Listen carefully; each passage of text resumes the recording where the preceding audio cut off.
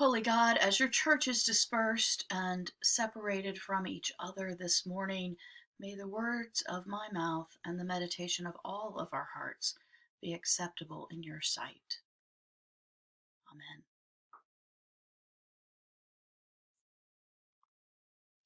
It's very different to be standing here in my study recording a sermon for Little Fork Church instead of climbing down out of the champagne glass pulpit to step in front of my notes and begin to preach.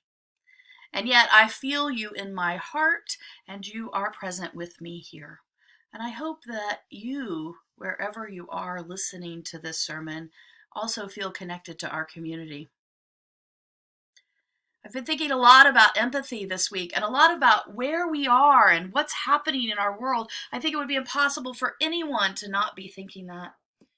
I was on the phone with a parishioner last night, and she asked me very explicitly, what does Christianity have to say about this crisis? And I realized that Christianity is all set up for this crisis. In many ways, we have an opportunity to live into our faith more fully and completely because we are in a time of darkness. Now, the first thing that I've been thinking about this week is how are we empathetic with each other? How are we empathetic with ourselves and with the people in our lives and the people we're not seeing on a daily basis and our world in general? The person who's taught me the most about empathy is Brene Brown, and in her research, she turns and uses another scholar's work about empathy. Teresa Wiseman is a nursing researcher in England who researches empathy and nursing in that country.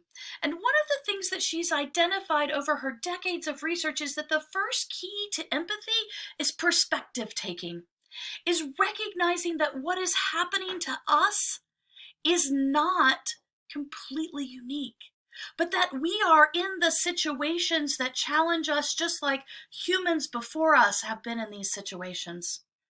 And I think that is the most important thing for me this week. As I have lived into not being out and about and had to change how I work, I've had to remind myself that what is happening to us is not unique.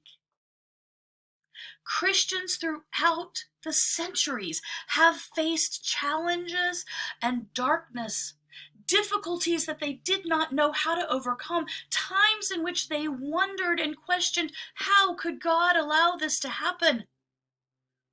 And that's what's happening to us. We're all being thrown into something that can't be handled by someone who has enough money or enough resources.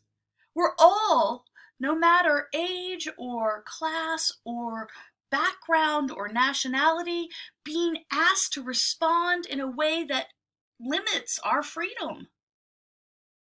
But we are not the first Christians or the first people, the first humans to be faced with this. And if we allow ourselves to believe that this is something that is unique to just us,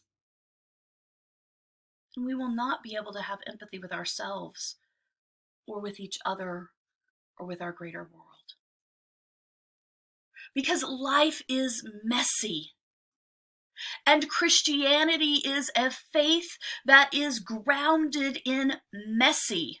It's very hard for us to recognize that in 21st century America, where we are used to going to church on Sunday morning and it being the thing to do, or at least a comforting thing to do. But when we look at the gospel for today, that story of Jesus engaging this blind man, it's messy in lots of different ways. Jesus' interaction with the man is messy. He uses mud. He makes mud and puts it on the man's face. So physically, it's messy. Religiously, this is a very messy story. Jesus is healing on the Sabbath, intentionally or maybe not intentionally breaking the Jewish law. And politically, it's messy. Politically, there are Jewish leaders there who will be in trouble because Jesus healed on the Sabbath and broke the rules with their Roman occupiers. And yet, it still is all happening. To me, this gospel is an amazing reminder that Christianity is a faith that is grounded and finds its identity in the messiness of life. The message of Christianity is not one of perfection. It is not one of things being easy. It is not one of tidiness. The message of Christianity is that even in the midst of the most challenging moments in life, during Jesus' time, the Roman occupation, the inequality among the classes, the lack of a Messiah, and in our time, the fear that we don't know what to do, the fear that no matter what we will do, it won't be enough. And in between those, centuries over and over where Christians faced these same challenges.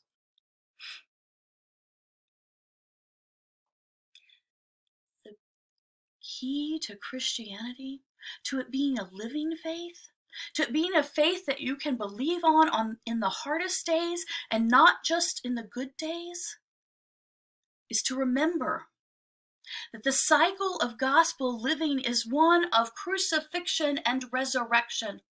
We cannot experience resurrection. We cannot be an Easter people if we do not admit and accept that there is darkness and crucifixion in the world. And we will get stuck and lost in the darkness and crucifixion if we do not hold on to the fact that Easter is coming and light will prevail. And so when we find ourselves in these challenging times, we have to consider how those things fit together. The most powerful thing I've read this week was an opinion piece in the Washington Post. It was by William McRaven. He was the commander of the U.S. Special Operations from 2011 to 2014, and in 2011, he oversaw the SEAL raid in Pakistan that killed Osama bin Laden. But in this Post op-ed this week, he tells the story from his SEAL training many years ago. There's a time, I understand from his op-ed, that during SEAL training, you get into the mud flats, a space between San Diego and Tijuana in California, where there's nothing but mud and it is cold and dark. And in his training, after they had finished, or at least they thought they finished in the mud flats, their instructors told them to get back into the mud. And then they began to taunt them and said, if 5 of you will drop out, everybody can get out of the mud. And some of the future SEALs started to move towards the shore. And then he tells the story of one voice starting to sing. A man who was up to his neck in mud started to sing. I suspect it was off-key and barely recognizable, but other people started to sing with him, and they all made it together. He ends his op-ed with these 2 paragraphs that I'd like to share with you. Today, the coronavirus has thrown us all in the mud. We are cold, wet, and miserable, and the dawn seems a long way off. But while we should not be cavalier about the dangers of this pandemic, neither should we feel hopeless and paralyzed with fear. Hope abounds.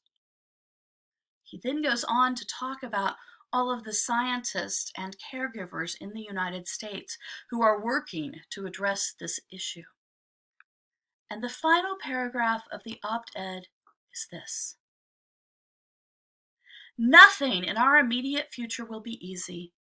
The number of cases will rise, the losses will increase, the markets will stumble, but make no mistake about it, we will prevail.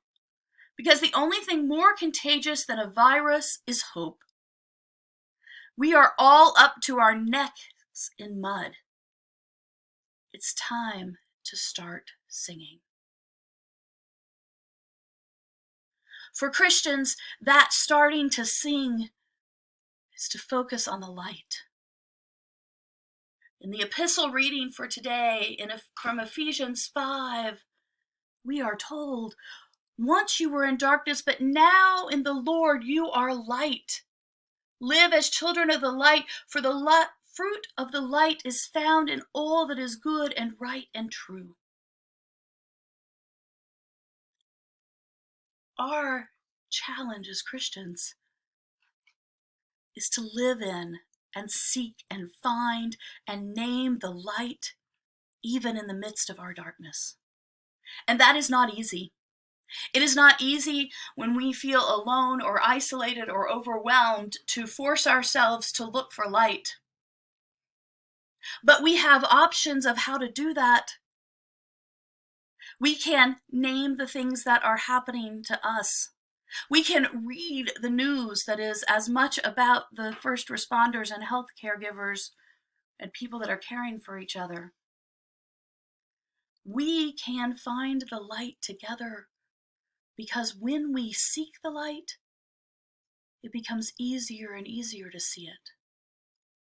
And then, maybe then we will be strong enough to be the light for each other.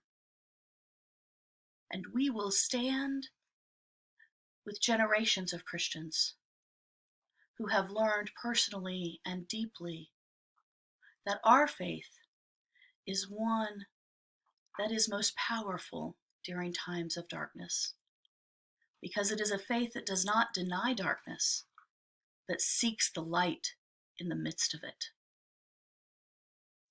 Amen.